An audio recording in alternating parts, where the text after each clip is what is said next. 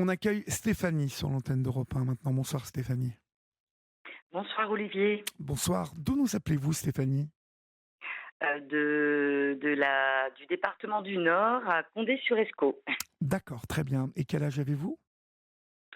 48 ans. 48 ans, d'accord. Dites-moi ce qui vous amène, Stéphanie. Alors en fait demain sera la journée nationale des aidants et je vous appelle parce que j'aimerais pouvoir apporter mon témoignage en tant que maman aidante Oui.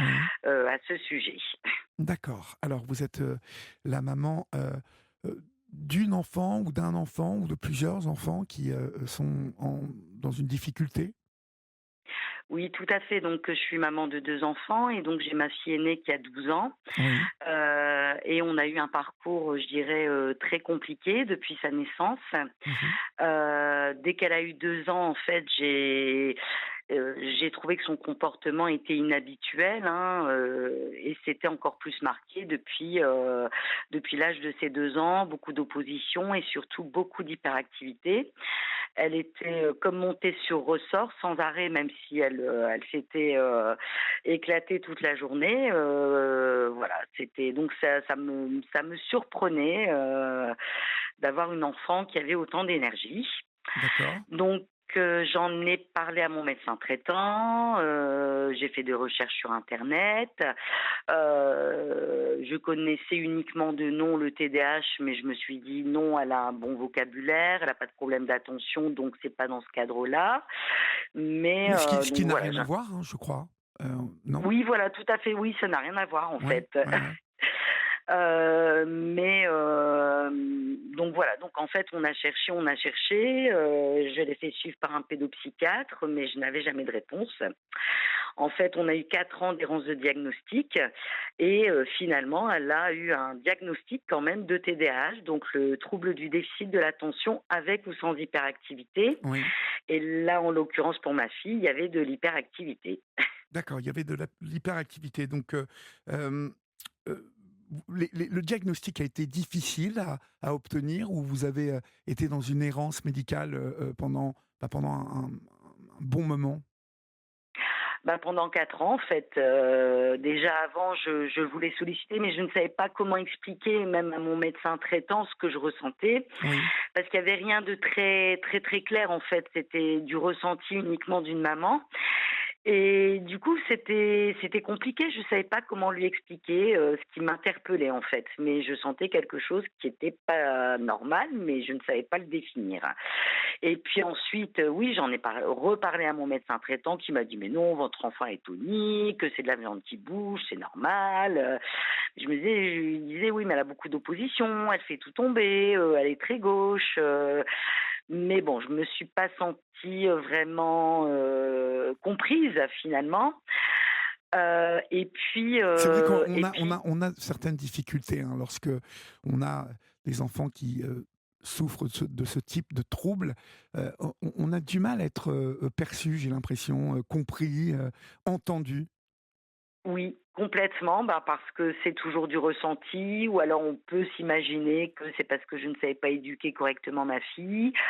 Enfin, oui, c'est compliqué. Et puis bon, par exemple, quand on allait en rendez-vous avec le pédopsychiatre durant 1 heure, bon, le pédopsychiatre me parlait plus à moi, mais je lui demandais de s'adresser à ma fille, hein, bon, même si elle était petite. Oui, Et pendant 1 heure, en fait, elle avait un comportement tout à fait adapté. Donc en fait, elle parvenait à compenser, durant ce temps de rendez-vous. Donc c'est là la difficulté de vraiment, c'est vrai qu'entre ce que je pouvais lui dire et ce qu'il pouvait constater, il y avait un gros décalage. Mais ceci dit, elle était en souffrance, elle se mettait en danger aussi et moi j'étais aussi en grande souffrance de ne pas comprendre son comportement. Et donc elle a reçu un diagnostic, elle avait 6 ans et oui. quand on a eu le diagnostic, par contre, du coup, moi, ça m'a permis de mieux la comprendre. Le trouble d'attention que je ne voyais pas et que j'interprétais comme de la désobéissance. En fait, un petit exemple, hein, à 6 ans, je lui ai demandé d'aller brosser, ses dents dans la salle de bain, et puis elle revenait, elle ne l'avait pas fait, donc je la disputais parce que je lui disais: «Mais pourquoi tu n'as pas brossé tes dents? C'est ce que je t'ai demandé, c'est Oui, pas oui, compliqué». oui. Et puis en fait, avec le diagnostic, j'ai compris que finalement, elle allait dans la salle de bain, il y avait un gobelet qui était pas à sa place, donc elle jouait avec, et puis elle ne savait plus ce qu'elle était venue faire dans la salle de bain. Donc on en était ressortis. Et là, je me suis dit: «C'est vraiment important d'avoir un diagnostic», parce que je me remettais beaucoup en question. Je me disais: «En quoi j'échoue au niveau de l'éducation de ma fille? Je suis pas une bonne maman». Oui, Heu, c'est très ouais. déstabilisant, oui, oui. Ouais, voilà. Et puis bon, on est allé voir un homéopathe, un hypnotiseur, pour essayer de comprendre. Bon, bien sûr, on essaie un petit peu toutes les techniques, hein, mais rien ne fonctionnait en fait, hein, et puis on a eu la chance de tomber sur une psychologue, donc j'ai fini par consulter en libéral, et Oui, de là, en fait, elle a étudié les différentes pistes, hein, donc elle a écarté, la piste éducative, la piste psychologique, et puis après elle m'a orientée vers une neuropédiatre pour voir s'il y avait effectivement, un TDAH chez ma fille, et donc ça a été effectivement confirmé. d'accord. Ça vous a, beaucoup soulagé ce diagnostic ou finalement ça vous a mis, un coup sur la tête? Les 2. Les 2, mon Les capitaine. Voilà. Bah oui, parce que c'est vrai que on se dit: «Mais voilà, j'avais raison, je j'interpellais». C'est souvent ça, mais comme on ne sait pas, on ne connaît pas, c'est vrai qu'on peut Voilà. errer un moment. On va marquer une petite pause, Stéphanie, et puis on se retrouve Oui, dans quelques secondes, d'accord? À tout d'accord. de suite. À tout de suite. Il est 22h31, vous êtes sur Europe 1, c'est votre libre antenne jusqu'à 1 heure du matin, et je vous le rappelle, chers amis, vous pouvez à tout moment nous appeler pour commenter, par exemple, le témoignage qui est à l'antenne, celui de Stéphanie, poser des questions si vous êtes concerné, ou bien évidemment, vous pouvez appeler pour être entendu ce soir, et puis vous pouvez nous écrire au 7 39 21, suivi du mot nuit, écrit en lettres majuscules, suivi d'un espace, comme Florence, qui, comme tous les soirs, nous souhaite une bonne émission et qu'on embrasse. Stéphanie, on se disait que oui, on est, quand on est parent d'un enfant qui a ce type de trouble, parfois on a l'impression d'être pris pour des parents oui, vous le disiez tout à l'heure, qui manquent à l'éducation, qui n'ont pas été assez attentifs, mais surtout qui peuvent manquer dans leur programme éducatif. Ça vous est arrivé, vous, ça? Alors on me l'a jamais, dit, on me Frontalement? l'a jamais, voilà. Oui, Contrairement à d'autres, hein, qui l'ont eu, frontalement. Mais c'est vrai que, par exemple, le pédopsychiatre me proposait, une aide, par une éducatrice, et bon, j'osais pas lui répondre, hein, mais j'avais envie de lui dire: «En fait, ma fille n'a pas besoin d'une aide éducative, mais elle a besoin d'une aide médicale. Elle oui. a besoin d'être prise en charge». Mmh. Mais c'est difficile aussi de répondre ça, parce que ça veut dire qu'on ne croit pas la personne en face de soi. Ça veut dire qu'on peut, paraître, tout savoir. Enfin voilà, je suis une maman imparfaite, hein, ça je l'ai toujours dit. Mais, il y avait quand même, vraiment les bases, et j'ai ma meilleure amie, qui était éducatrice spécialisée, donc elle avait aussi ce regard, où elle me disait: «Ben non, enfin les bases y sont, Bah, oui, les oui, bases mais éducatives». ouais, mais et donc en classe, quelle était son attitude, à votre fille, en fait? Elle se levait, elle ne restait pas en place? Comment ça se traduisait? Comment ça se passait? Alors petite, ça se passait très bien puisqu'elle arrivait à compenser, Oui, en journée, à l'école, surtout par rapport au regard des autres. oui, Par contre, c'était une cocotte minute qui explosait à la maison. Et puis à partir du CE1, où on demande un peu plus d'autonomie dans le travail, dans l'organisation, et cetera, là, ça a commencé à devenir beaucoup plus difficile, c'est-à-dire qu'elle avait, des impatiences en classe, oui. elle avait tendance à bouger, à couper la parole, et puis elle commençait à se disputer à l'heure du repas, de la cantine avec ses camarades, Et puis l'année suivante, ça a été durant la récréation du matin et de l'après-midi où là, elle a commencé aussi à décompenser et avoir du mal à tenir le coup pour la journée.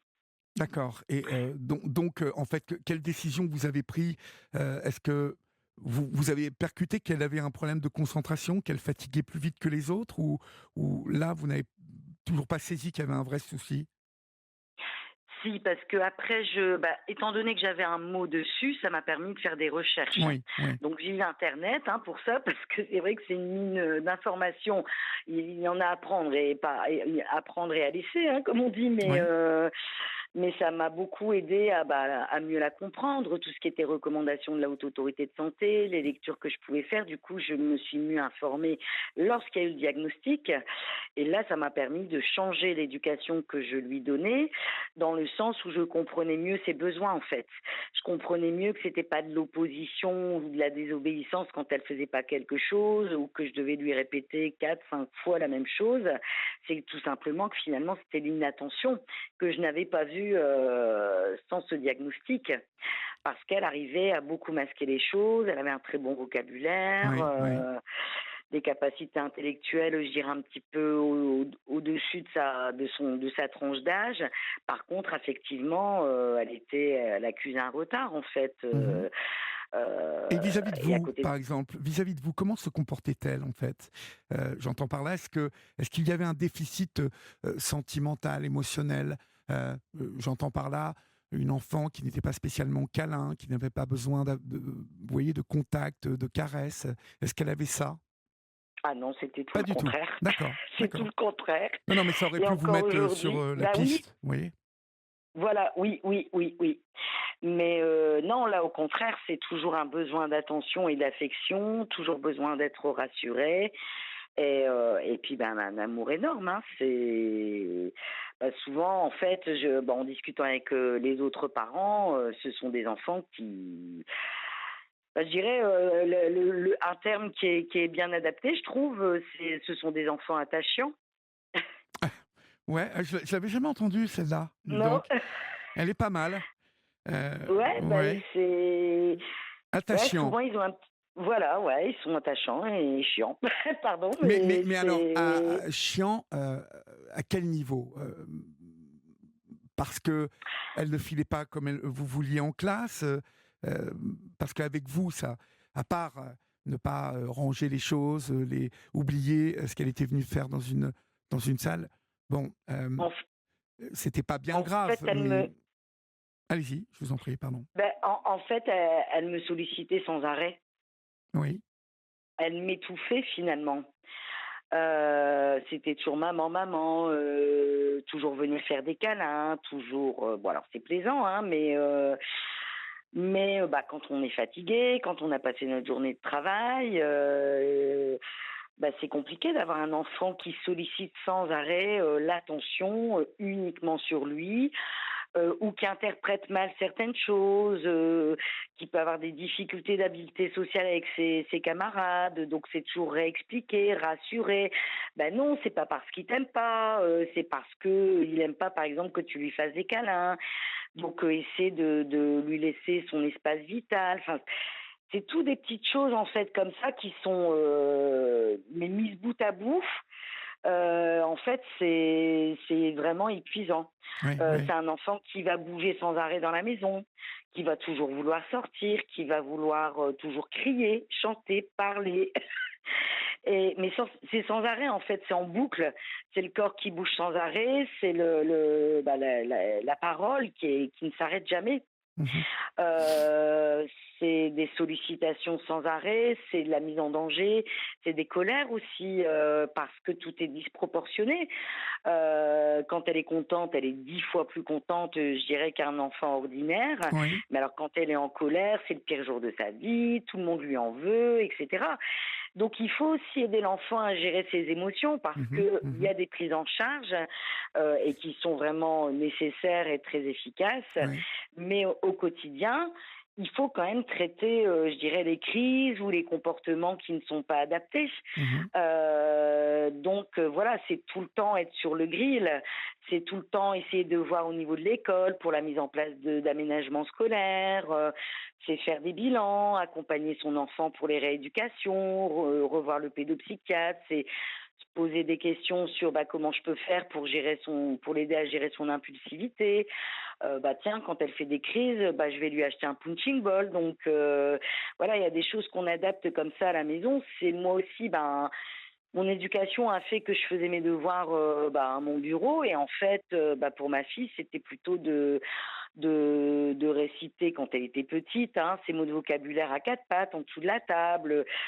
Donc en fait, c'est des choses qui, en fait, on rentre un petit peu, je dirais, dans un monde pas qui est en complet décalage, mais comprendre aussi quelqu'un qui est différent de nous, ou nous qui sommes différents de l'autre, c'est pas toujours évident. Et quand c'est son enfant, on n'a pas le choix, quoi. Donc et puis essayer toujours de trouver des astuces pour le faire collaborer, voilà, et puis d'expliquer aux gens pourquoi parfois elles pouvaient avoir des réactions disproportionnées. Enfin voilà, c'est tout un tas de choses qui sont très complexes à gérer, et qui sont fatigantes Mmh. physiquement et émotionnellement. Et en fait, en 2019, j'ai entendu parler des aidants, Oui. de ce terme d'aidant.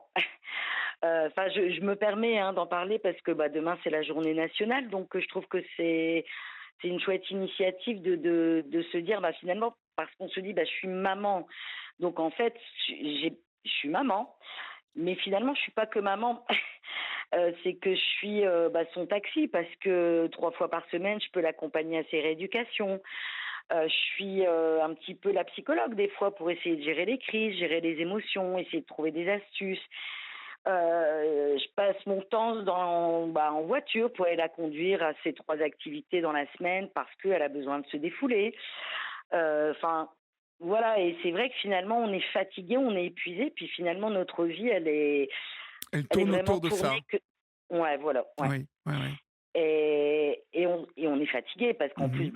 quand on se détend pas, on est toujours sur le grill, voilà, on cogite aussi sans arrêt, hein. La nuit, quand on est au calme, on va faire des recherches sur internet, et cetera, voir des témoignages, des astuces, et cetera. Et puis finalement, quand j'ai entendu ce mot aidant, parce que là je me trouvais, je me disais, je suis une maman qui a pas suffisamment d'énergie, pas suffisamment de courage, parce que je suis fatiguée, parce que après ma journée ou le week-end, j'ai même pas envie de faire des sorties, de voir des amis, parce que je suis fatiguée, j'ai pas envie de préparer à manger pour accueillir mes amis, et puis j'ai pas forcément envie d'accepter les invitations, donc je me renfermais un peu sur moi-même aussi. Quelle attitude aller avoir ma fille en public le soir, et puis donc on se renferme, et puis on a cette fatigue, et puis on s'isole aussi. Et c'est vrai que quand j'ai entendu ce terme d'aidant, je me suis dit, non, en fait, finalement, effectivement, je suis maman, mais je suis aussi aidante. Et je le vois parce qu'en fait, j'ai eu par la suite donc une deuxième fille, hein, qui a aujourd'hui 6 ans, donc elles ont Oui, 6 ans d'écart, oui. qui, elle, n'a pas de trouble.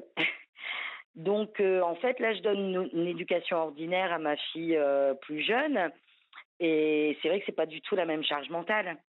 Et il y a une grosse différence, en fait, entre un profil atypique et un profil typique. Et après, bon, je les aime toutes les deux autant l'une que l'autre, hein, mais effectivement, cette notion de maman plus d'aidante, elle a résonné en moi. Et puis, donc voilà, je voulais aussi rendre hommage aux aidants de manière générale, parce que je trouve que souvent on se dit, voilà, je vais aider mes parents, et finalement des fois on les aide beaucoup, parce que c'est l'amour qui nous guide, hein, mais c'est dur.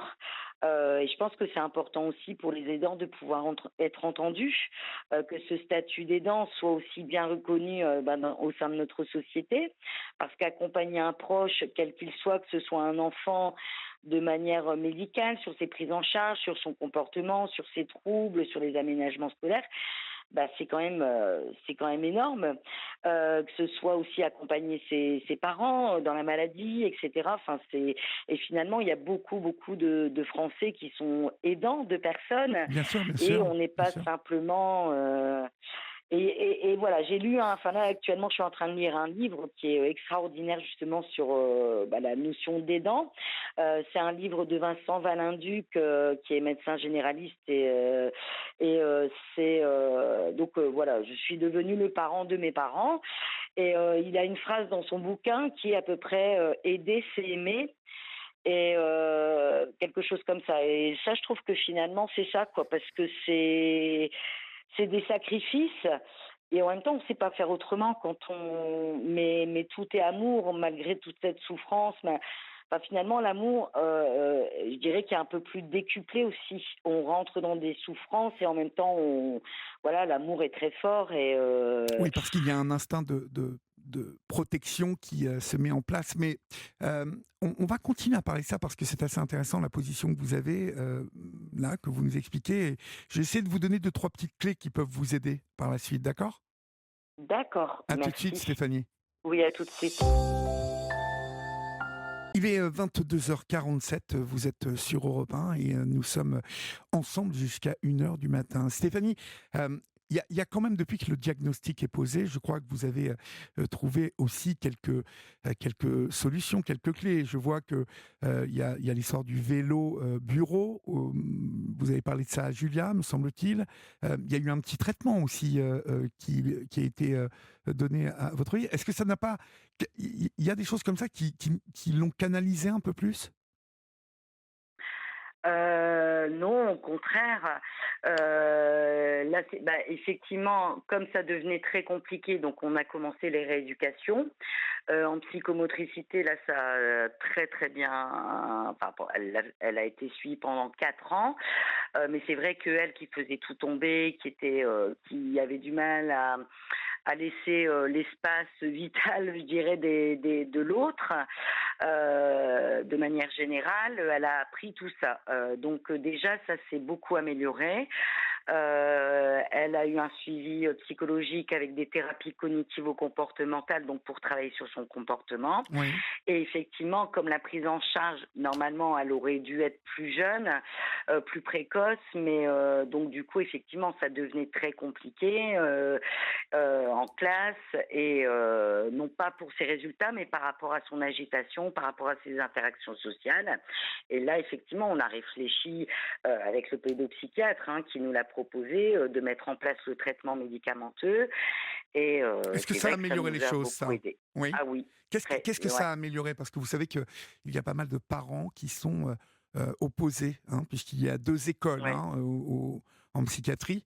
Il y a Mmh 2 mh. Mmh. écoles, et l'une prône, les traitements, alors que l'autre y est totalement opposée. Qu'est-ce que ça a amélioré chez votre enfant? Ben, disons que ça bah, je dirais que ça a beaucoup changé les choses, parce que sous traitement, bah, je pense qu'elle est plus, à même d'avoir ses capacités comme une personne ordinaire. Il y a plus de connexion, au niveau des neurotransmetteurs donc du coup, un petit truc tout bête, c'est que, bah, par exemple, le matin, si elle se lève, qu'elle est, d'humeur, je dirais, titilleuse, elle va, venir un petit peu nous piquer sa petite sœur, me piquer moi, et donc lorsqu'il y a un traitement, bah, du coup, ça va beaucoup mieux. Elle est beaucoup moins dans la provocation. Elle arrive mieux à se concentrer, elle est moins, agitée. Alors elle l'est quand même, et puis ça change pas du tout sa personnalité. Moi, c'était un peu ma crainte au départ, Oui, c'était d'avoir une enfant qui n'était plus elle-même. oui. Et bah, un petit peu comme, bah, ça peut être des antidépresseurs, des choses comme ça. Donc je savais que c'était pas du tout la même chose, mais ma crainte, c'était vraiment de ne plus reconnaître ma fille. Et puis finalement non, ça change pas du tout sa personnalité. Par contre, ça l'aide elle à mieux se concentrer, à être quand même plus en empathie, je dirais, enfin un peu plus en phase avec, avec les autres personnes, et puis, avoir moins de crises d'agitation, je dirais, toujours speed, c'est pas du tout le problème, mais de manière, quand même un peu plus canalisée. Un peu plus canalisé, d'accord. Mmh. Hem, Fabien nous soumet au 7 39 21 que certains pédopsychiatres demandent aux parents de faire des petites vidéos de l'enfant avec leur smartphone à différentes heures de la journée à la maison, sur les situations qui posent problème. On vous en a parlé de ça? Alors, bah, moi, justement, ma problématique que je vous évoquais au début, c'est que le pédopsychiatre, enfin, que ma fille, pendant 1 heure de rendez-vous, c'était pas du tout le comportement qu'elle pouvait avoir à la maison. Et puis quand le jour où elle s'est vraiment mise en danger, hein, elle allait se jeter, alors je ne sais même pas pourquoi, du haut des escaliers, je l'ai rattrapée à temps. Mais je me suis dit, si j'avais pas été toujours en alerte, hein, il aurait pu arriver voilà, un événement grave. Et là, j'ai proposé au pédopsychiatre de filmer ma fille pour qu'il voie Oui, concrètement. oui, oui, oui. Et il me l'a déconseillé. Il m'a dit non parce que pour elle, ça peut être très vexant Ah bon? que vous la D'accord. filmiez. Ah oui. Alors bon, je ne sais pas. Après, aujourd'hui, je ne sais pas quoi en penser. Après, c'est vrai que filmer quelqu'un, c'est quand même très personnel. Surtout comme elle était jeune, pour avoir son accord, c'est un peu trop jeune pour savoir de quoi il retourne. Bon, après, c'était quand même une vidéo qui serait restée entre le professionnel et moi-même uniquement. Oui, oui, oui. Donc, bon, je sais pas. Alors, je sais pas si c'était une façon de... Parce que même lorsque j'ai eu le diagnostic en libéral, il a un peu remis en question le diagnostic de sa consoeur. Mais à côté de ça, pendant 4 ans, 3 4 ans, voilà, il a suivi ma fille, mais on a avancé sur rien du tout. D'accord. Donc voilà, donc en termes de confiance, voilà. Donc je ne sais pas, là je saurais pas dire. Oui, ouais, je vois, d'accord. Hem, Alors par contre, par rapport au traitement, ce que je voulais quand même préciser, c'est que finalement, en fait, ma fille a reçu un diagnostic de TDAH sévère, d'accord quand parce qu'il même, y a ouais, ouais. différents Mmh. degrés. Et donc, finalement, les rééducations n'allaient pas assez vite par rapport à l'évolution en fait de ses troubles et par rapport à son développement. Mais ce que je voudrais dire quand même, c'est que je reste convaincue qu'il faut avant tout, dans l'idéal, c'est d'avoir une prise en charge précoce de l'enfant, Oui, puisqu'il y a des signes d'alerte quand même à partir de l'âge de 2 ans. Il y a quand même des choses assez claires, même si elles sont difficiles à définir. Mais et il faut en fait des prises en charge précoces, naturelles, avant d'envisager le traitement. Parce que parfois on a pu voir aussi par exemple des prescriptions de traitements médicamenteux sans mettre en place de rééducation. Donc, quand le traitement ne fait plus effet en fin d'après-midi, qu'est-ce que l'enfant a pu apprendre s'il n'a pas eu de rééducation, par exemple? pas grand-chose. Voilà. Mmh. Il y a des enfants qui peuvent avoir des problèmes cardiaques, donc ils ne peuvent pas prendre le traitement. Et c'est vrai que là, on est un petit peu sur enfin, en tout cas, nous, on milite plutôt parce que oui, du coup, j'ai créé une association. Je pense que c'est un petit peu J'a ma j'allais façon d'avoir. justement vous parler de ça. Quand vous avez eu le diagnostic, hein, quand il a été posé, vous avez commencé à Mhm. échanger avec d'autres familles et vous avez formé un Oui. collectif de parents. C'est-à-dire que comment vous avez fait pour ça, pour former un collectif de parents? En fait, j'étais sur des groupes de discussion et des parents disaient, il faudrait qu'on écrive au ministère, il faudrait qu'on fasse des pétitions, etc. Et puis, moi, voilà, j'étais complètement HS. Oui, Donc oui, le temps d'accuser, de digérer, même si c'est une délivrance de savoir ce dont souffre son enfant, c'est aussi voilà, des choses à encaisser, hein, parce que voilà, c'est 4 ans où on s'est posé des questions, et puis là, quand ça arrive, quand on a le diagnostic, on se dit, ah ouais, c'est pas que passager en fait, il y en a pour un bout de temps. Et donc, oui, alors du coup, et quelques mois après, quand j'ai commencé un petit peu à sortir la tête de l'eau, j'ai proposé aux familles, donc sur les réseaux sociaux, de rédiger une pétition sur tous les grands thèmes qui étaient évoqués par les familles, même s'il y avait des choses pour lesquelles lesquelles j'étais pas encore concernée. Mmh. Donc j'ai lancé une pétition et du coup, il y a des familles qui m'ont rejointe parce qu'ils ont eu envie aussi de se battre pour mieux faire connaître et reconnaître ce trouble. Oui, Et puis on a eu le chanteur Amir qui a signé la pétition et qui nous a soutenus un mois après. On a eu beaucoup de chance puisque lui-même est concerné en fait par le TDAH. Et puis, on a continué à essayer de rencontrer les élus, à informer dans les médias, etc., pour mieux faire connaître ce trouble. Et on a créé donc une association de loi 1901, un an après, pour pouvoir poursuivre nos actions, en fait. d'accord. Et donc oui, on a mis en place des projets comme des vélos-bureaux au sein de certains établissements scolaires. Et parce que la difficulté d'un enfant qui a un trouble du déficit de l'attention avec hyperactivité notamment, mais aussi sans hyperactivité, c'est de tenir son attention. Et le mouvement, en fait, favorise l'attention. Et donc, on a découvert, c'est comme un vélo d'appartement, mais avec un pupitre qui est pas du tout, qui est complètement silencieux. Et l'élève peut aller de temps en temps sur le vélo bureau pour non pas faire du sport, hein, puisque c'est une vitesse modérée pour justement que ça libère le mouvement, donc ça aide à canaliser l'hyperactivité et l'impulsivité. Et en même temps, en fait, aussi bien c'est utile pour les élèves qui ont un TDAH, mais en fait à tous les élèves. Parce qu'il y a des enfants qui n'ont pas de diagnostic, puisqu'en France, on accuse un énorme retard. Il y a des enfants qui sont hyperactifs pour d'autres raisons. On sortait en plus du Covid quand on a fait une évaluation et il y a des enfants, des collégiens qui nous disaient qu'en fait, ça les aidait à être moins stressés. Et donc finalement, c'est un outil. Au départ, en tout cas, nous on l'a mis en place par rapport aux élèves qui ont un TDAH, sans exclure les autres, hein, Oui, mais on a permis de l'ouvrir à tous parce que pour éviter que l'élève soit stigmatisé, celui qui a un diagnostic, mais aussi parce que ça peut être utile à ceux qui veulent l'utiliser. Et on s'est rendu compte des bienfaits finalement pour tous les élèves. Et je suis convaincue aussi que on a posé la question dans notre évaluation. Avez-vous pensé au vélo bureau avant de venir en classe et est-ce que ça vous a motivé? On a quand même un tiers des élèves qui nous ont répondu oui. Et donc, je suis intimement convaincue qu'apprendre autrement, ça aide aussi à lutter contre le décrochage scolaire. mmh, très bien. Alors, vous avez créé cette association, hein, qui s'appelle l'association TDH pour une égalité des chances. Demain, comme vous nous l'avez dit, Stéphanie, demain, 6 octobre, c'est la 14e journée nationale des aidants. Cette journée, bien évidemment, elle est consacrée à toutes celles et ceux qui accompagnent les enfants qui souffrent de ces troubles, bien évidemment, mais finalement, toutes les personnes aidantes pour tout handicap. Et je vous félicite pour cette initiative, même si elle a été bien évidemment motivée par l'amour, hein, que vous portez à votre enfant et toute l'attention que vous vouliez lui apporter. N'oublions pas de penser à tous ces aidants demain. C'est vraiment eux qu'on célèbre.